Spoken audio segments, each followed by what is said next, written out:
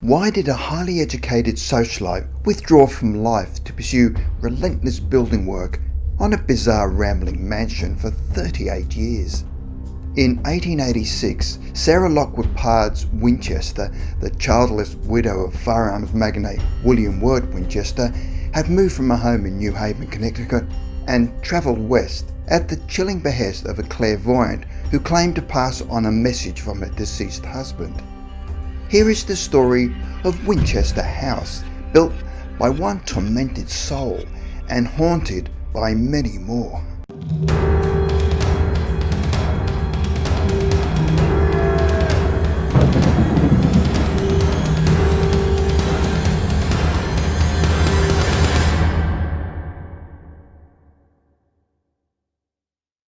Number 3. The Message. The family of Sarah's husband had created the Winchester Repeating Arms Company with the invention of the acclaimed gun that won the West. Sarah became distraught with grief after William's death from tuberculosis in 1881 and consulted a Boston spiritual medium, hoping that communication with her husband would help ease her pain and depression. However, his message was chilling. She was told that a massive Winchester firearms inheritance was cursed money and the source of their misfortune, including the loss of their only child Annie to marasmus, an infancy illness 6 weeks after birth. Sarah was issued a grim warning that the vengeful victims of the Winchester rifle would seek her out unless she moved west and constructed a grand home for them. She must build a home for herself and for the spirits who have fallen from this terrible weapon. However, the injunction was like a curse, as she was told construction of the home was to never cease.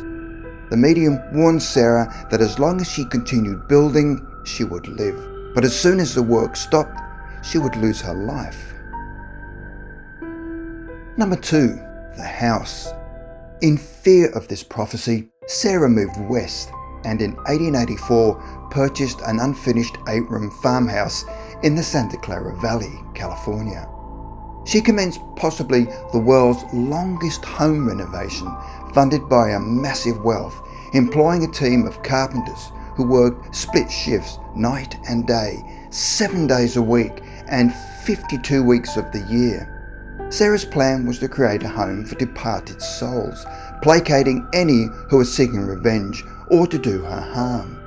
Bizarrely, Sarah never employed an architect, but based the development of the home on her own spirit communications, with constant design changes.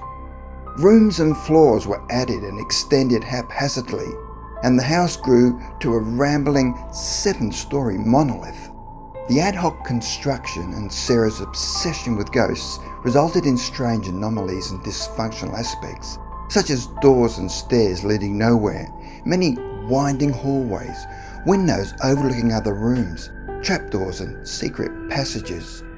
One room has a skylight in the floor, and there are columns installed upside and doors that open to blank walls. A strange doorway on the 2nd floor opens out into thin air and a dangerous drop to the yard far below. Labyrinthine layout and bizarre features are attributed to Sarah's desire to confuse and avoid ghosts. There are also particular design oddities, such as a repeated use of spiderweb windows and an expensive Tiffany window designed to project a colour rainbow spectrum but placed in a dark room. Mirrors were virtually banned in the house due to the belief that spirits hate mirrors because the sight of their reflection extinguishes their presence. Another belief was that spirits abhor dark corners as they cannot cast shadows, so that a profusion of light sources from multiple candles and gas jets and electric bulbs was installed throughout the house. Another baffling feature of the mansion is Sarah's obsession with the number 13. The house contains many 13-pane windows and 13-panelled ceilings, as well as 13-step staircases. Even Sarah's will had 13 sections and was signed by her in 13 places. The weirdest feature might be the house's 13th bathroom, with of course 13 windows. It's said that while every morning Sarah met with a patient foreman to discuss changes to the ongoing building activities of the day, every night she visited a designated seance room to consult with spirits regarding her quirky architectural plans. Her paranoia about being followed to the seance room by ill-intentioned spirits was so great that she had created a virtual obstacle course designed to shake them off. Her hurried journey to the room was described in the American Weekly in 1922, 6 years after her death, as follows. It started with an interminable labyrinth of rooms and hallways, followed by her pushing a button to open a secret panel into a hidden apartment, which she quickly stepped into, only to then clamber out of a window to a flight of steps down, followed by another flight back up again to the same level. The article claimed that this was supposed to be very discomforting to evil spirits who are said to be naturally suspicious of traps. Her seance room had 13 coat hooks for the different coloured robes she wore when consulting the spirits. Sarah's superstition ruled her life. She slept in a different bedroom every night to waylay predatory ghosts. And while enjoying expensive wines and liquors, she once, in a panic, had her whole wine cellar boarded up after discovering a black handprint on the wall there, probably left by a worker, but which she interpreted as a bad omen. Number 1. The Hauntings. Winchester House has been named by Time magazine as one of the most haunted places in the world, so that Sarah may have been less than successful in appeasing the aggrieved recipients of her husband's merchandise. Many psychics have visited Winchester House and confirmed multiple spirit hauntings, with tour guides avoiding the third-floor corridors at night due to the frightening level of disembodied footsteps and voices. One of the first visitors after Sarah's death was the famed magician and escape artist Houdini, who stopped for a midnight tour and seance in 1922. Despite Sarah's efforts, many frightening spirits seem to have taken residence in the Winchester, with an array of unexplainable phenomena being experienced, such as mysterious voices, footsteps, banging doors, and turning doorknobs when noon is present. There are chilling cold spots, strange bobbing lights seen throughout the building, windows that bang and shatter for no reason, and the sounds of someone running across the rooftops. Some people have been temporarily blinded while touring the mansion.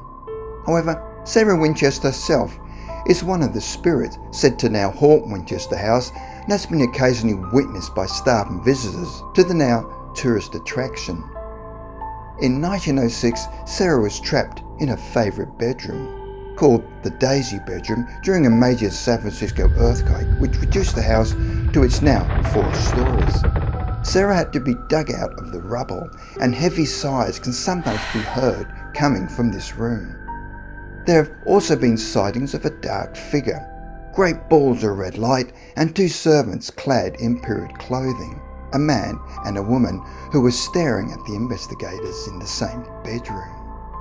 Psychic researchers have also recorded the sound of organ playing, Sarah's hobby, and produced photos showing an eerie white rippling mass.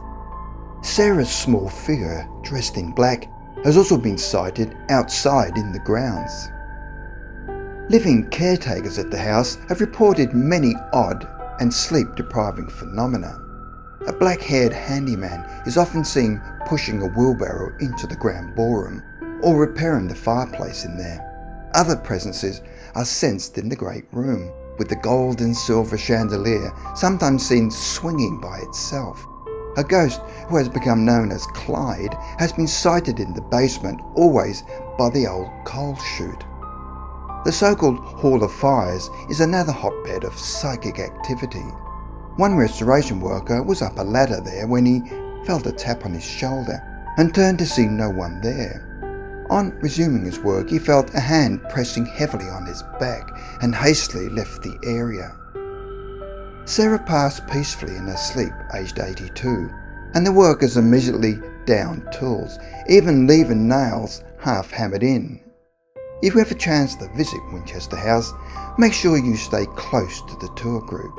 It's very easy to get lost in the rambling mansion, and the reported presences there are not always friendly.